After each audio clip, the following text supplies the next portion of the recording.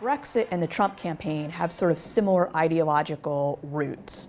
They both sort of grew out of a populist movement, concerned about immigration, concerned about sort of sovereignty. Our real friends in the world speak English. And you see these two things happening basically simultaneously.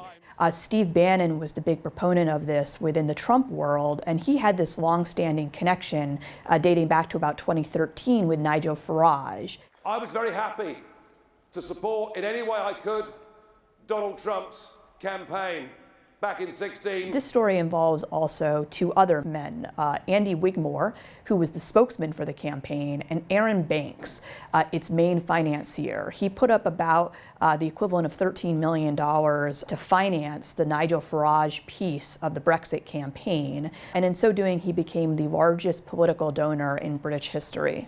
We knew at the time that there was sort of this ideological connection between Brexit and the Trump campaign. After winning their big campaign and sort of becoming kind of cult heroes within a certain portion of the Trump base, the Brexit guys end up coming to the United States and acting almost as surrogates for the Trump campaign. What we didn't know at the time, and what is brand new now, is that internal emails and texts show that at the same time, some of these key supporters of Brexit were becoming very close, very chummy with the Russian ambassador in London. And they told us that they eventually had 4 in-person meetings. And they say it's purely a coincidence that 2 of the meetings they had came in such close proximity to the meetings they had with Donald Trump.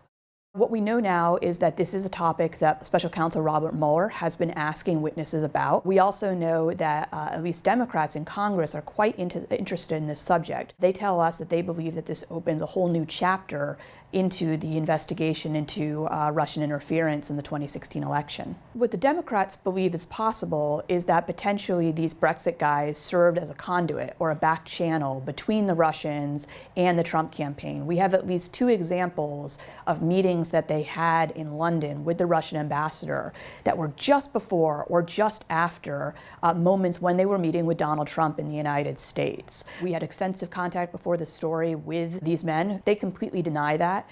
They say that these were standard kind of diplomatic and business exchanges, that they were innocuous. They were turning over their emails to us now because they say they have nothing to hide, and they reject the idea that they were any kind of back channel or conduit with the Trump campaign in Russia.